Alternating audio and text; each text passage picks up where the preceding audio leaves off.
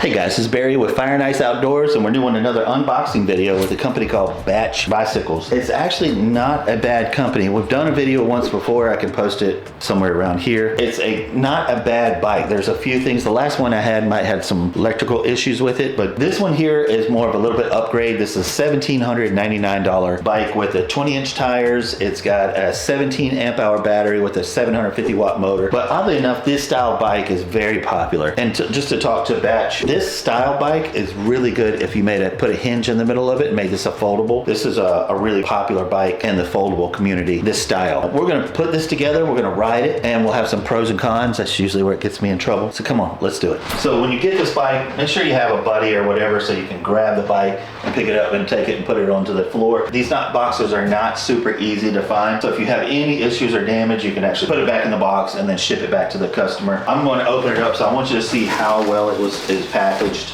The package is not the best. There is some damage already on the side here. There's damage on the top. There can be damage. I'm like looking at stuff, getting a little concerned. So you're gonna need some wire cutters and a little pocket knife. Yeah, just so you can get all these little wire cutters, this stuff out of the way. The packaging is not the best. Nice little seats, thin, so you're gonna have to have a really tough butt. The box is a little damaged right there. So I'm gonna knock this out. I'm not gonna build anything, or if I see any issues, I'll bring you back on, but I'm just gonna bring this back out and get all this cleaned up so we can put this together. So we'll be right back.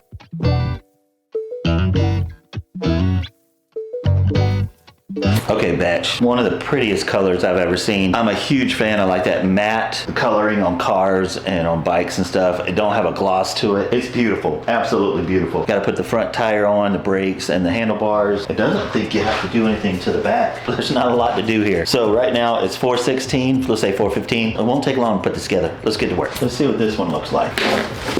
Look, Batch, you gotta work on your packaging. Get that as custom molds, man. Just throwing a bike in a thin cardboard, it's gonna bite you. It really will.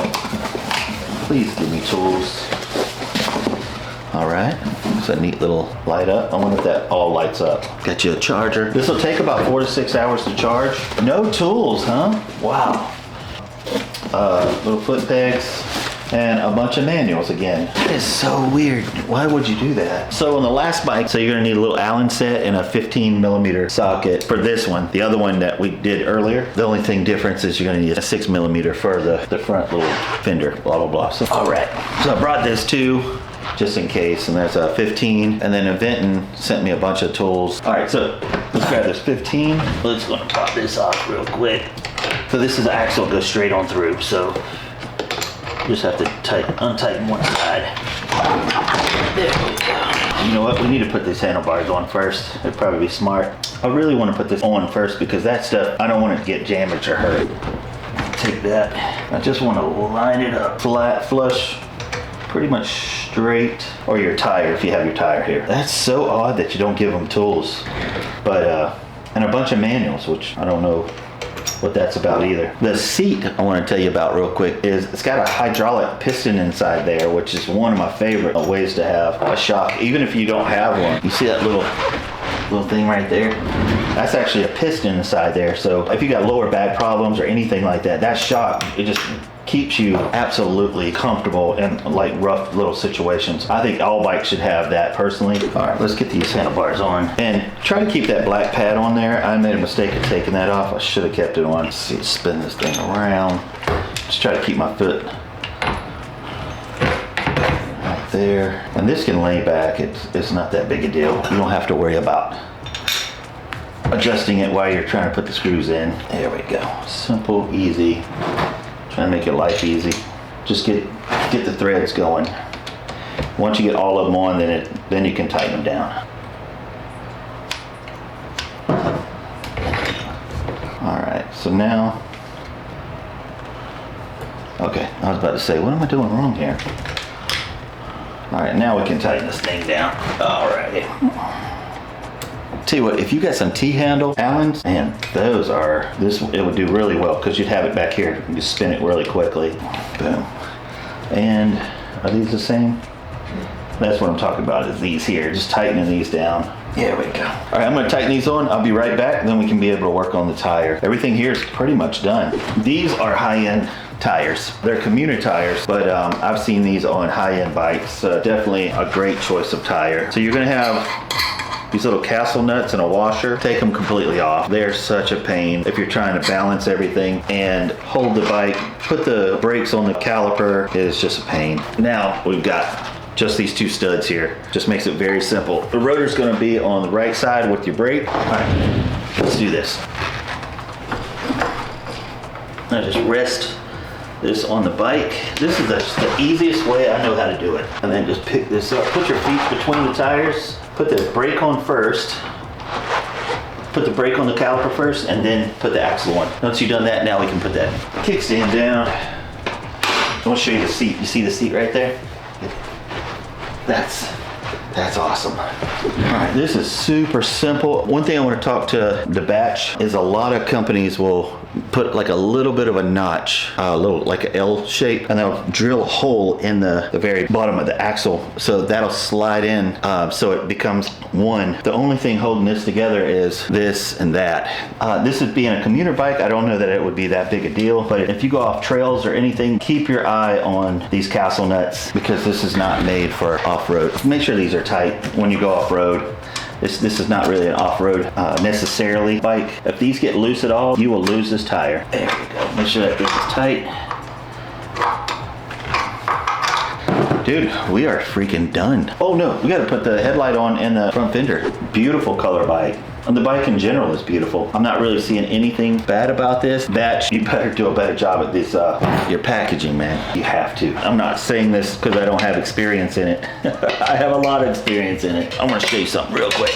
Number one, these are metal. But you see that little tab? We're gonna put that tab on there, and we're gonna put that on there at the same time, and then screw it on here. The short end here goes to the front, and then you have this really long side with this that'll be in the back. This is gonna be a little bit of a challenge. Got him.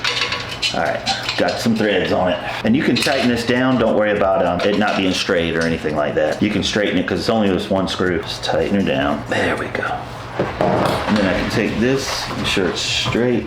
Perfect. And then these are really simple. Just got to put them on the side here. Not very hard. You don't have to watch this. This is not that very hard at all. All right, so that's on. Simple. I'm going to take this, and it's just arrow to arrow, and there's like a little knot that slides right into it. Simple. Let me get this little plastic thing off. Boom. That's satisfying. Let's tighten this stuff up and let's get up here. So there you go. Your power button, lights, and your plus and minus. You got a throttle here. Your shifter, it's only 7 gear. I don't like that, but it is high. This is more higher end setup. Your shifter is a quality Shimano. But here, let's start it. Boom. One cool thing about this is the way that the clearness of it. Oh, cool. Let me see. It's USB-A. The batch, more companies are doing USB-C because that's more common. Just a heads up there. But you're not going to have any glare with sun or anything else with this. This is very clean. Let me turn the light on. Nice, that's way too high. Let's get that down. And we've got lights on the back as well. Do we have brake lights? Yeah, we do. So see it says Eco right there? So Eco, I'm gonna turn that light off, we don't need it. Normal, Sport, and then it looks like, so we have up to 5. They do not do that. Wow, okay, that's just odd to me. So, all right, so it does do that. So if you hold down the minus button, it does walk the bike up to 1 mile per hour. So holding this down so you can walk beside it and don't have to push it. Wow, it's not shutting off either. That's cool, so you don't have to hold it. Okay, hit the brakes and it'll stop it. That is so odd.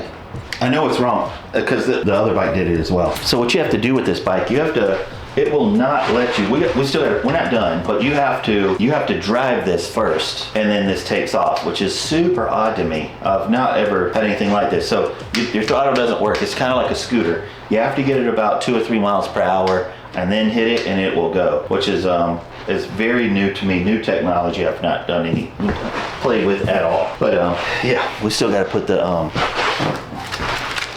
put these on. And these are aluminum, which are very nice. Do you see it says L, or it's green? And this red one is R. So it's rider's left, rider's right. So this is the left side. So it's gonna be lefty-tighty. A lot of companies will indicate which way to do it. They're not gonna do it on this one. But yeah, just gonna be lefty-tighty. So it's gonna feel a little weird because you've been trained to do righty-tighty. And it is a 15 millimeter, the same as your axle. Make sure you tighten this bad boy down. So the other side is easy. Hey guys, thanks for putting the kickstand back here. But yeah, let me get this on. It's very simple. And we're gonna take this one for a ride. All right, guys, let's take this thing for a spin. Waiting for that sun to get down. It's a little bit cooler. So this is the batch. Let's see, it's the EFT3. Really pretty. Let's see here. This is more of a commuter bike, and it's very unconventional because like it will not go right now. You have to push off. Well, hold on. This seat is way too low. Let's get it about right there. All right. All right. And then, come on. Come on.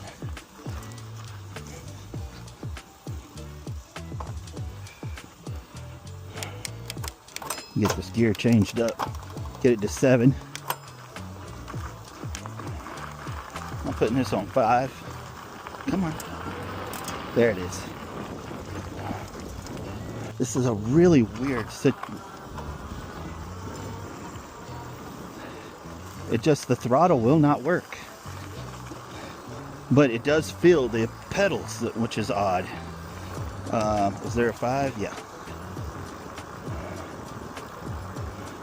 But when I pedaled, you hear the motor kick in?